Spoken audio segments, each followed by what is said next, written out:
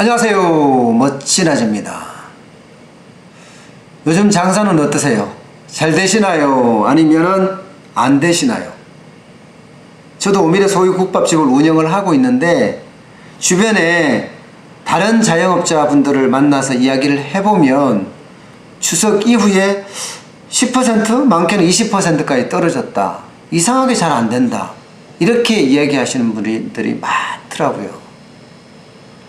그만큼 경기가 좋지 않다는 이야기입니다. OECD 아시죠? 경제협력개발기구요. 여기서도 한국 경기 전망에 대해서 그렇게 좋게 평가하지 않습니다. 벌써 17개월째 내리막만 긋고 있습니다. 일반적으로 경기 선행지수라는 게 있어요. 이 선행지수가 100일 때 정상, 100보다 낮으면 하강 국면으로 간다. 이렇게 이야기할 수 있는 지표거든요. 지금 한국은요 99.19가 됐습니다. 지난 3월에 101.01이었으니까 그때에 비하면 1.82포인트가 떨어진 거고요. 17개월째 계속 내리막이에요. 17개월째 말입니다. 경기가 계속 하강 국면으로 가다 못해 침체 국면으로 가는 것 아닌가 하는 이야기까지 나올 정도입니다. 왜?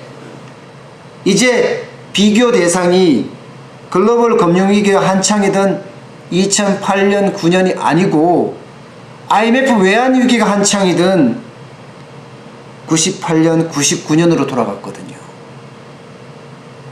경기 선행지수가 17개월 연속 감소한 것은요 IMF 외환위기하고 이제 비교를 합니다. 그 당시에 99년 9월부터 2001년 4월까지 20개월간 하락한 적이 있습니다. 비교 대상이 달라진 거예요. 이제는 IMF 때만큼 어렵다 하는 말로 점점 갈 수 있다는 뜻입니다. 기업들도 물어보면 야 이거 진짜 IMF 때보다 어려워 라는 말까지 나옵니다. 이제 실제 한국은행도 올해 경제성장률 전망치를 낮췄어요. 2.9에서 2.7%.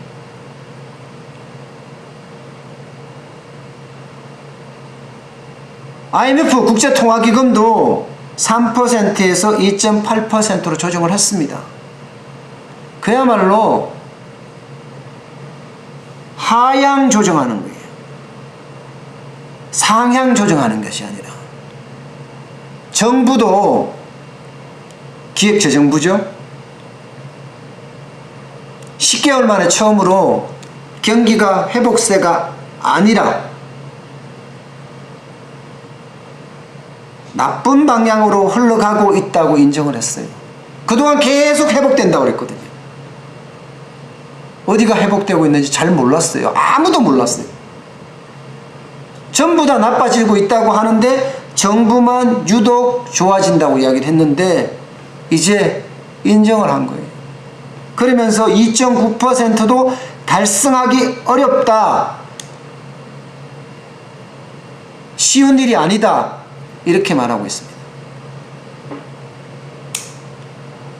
진작에 깨달았으면 진작에 이렇게 상황이 나빠지지는 않았을 테 말입니다. 외국은 잘 나갔잖아요. 선진국은. 미국도 잘 나가고 유럽도 잘 나가고 일본도 잘 나갔잖아요. 그 흐름을 타고 우리도 갔었어야 돼요. 우리는 거꾸로 뒤로 가고 있어요. 뒤로. 반시장적인 정책이 난무를 했지 않습니까? 최저임금 막 올랐죠. 근로시간 단축됐죠. 각종 세금 팍팍 올라가죠.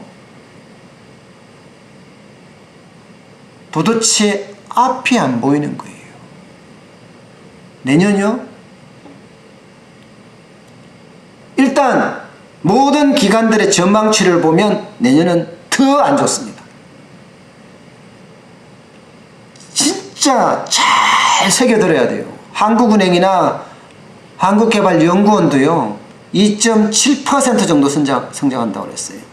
IMF는 더 낮아요. 2.6%고요. 현대경제연구원도 2.6%, LG경제연구원은요 2.5%로 관측하고 있습니다.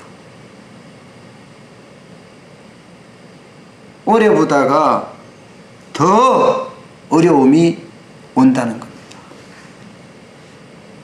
상황이 이런데 추석 이후에 장사가 잘 안 된다고 이야기를 하는데 내년은 어떨까요? 아우, 암울합니다. 암울합니다. 진짜 특단의 대책을 강구하지 않으면 기업들도 우리 같은 자영업자 소상공인들도 살아남지 힘들 것으로 생각됩니다. 그럼 특단의 조치란 뭐냐? 일단 매출을 늘려야죠.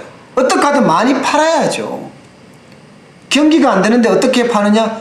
그런 변명을 하고 있을 때가 아닙니다. 합법적인 수준이라면 수단과 방법을 가리지 말고 매출액을 늘려야 합니다.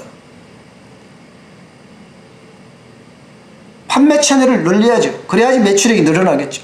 기존의 판매 채널보다가 더 다른 판매 채널들을 확보를 해야 합니다. 저는 매장 판매만 하는 것이 아니라 배달 판매만 하는 것이 아니라 인터넷 판매까지 국밥을 하고 있습니다. 뭔가 판매 채널을 계속 늘려가는 거죠. 계속해서 전 늘려가려고 해요. 또 하나의 특단의 조치는 비용을 줄이는 겁니다. 줄일 수 있는 방법을 찾아봐야죠. 최대한.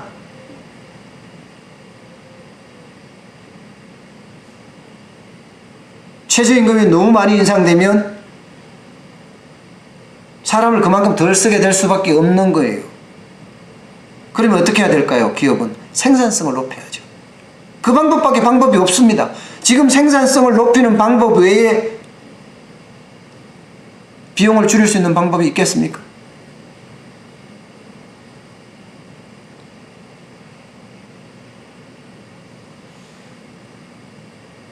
자영업자 소상공인들 입장에서야 임차료 협상도 좀 해야 하고요.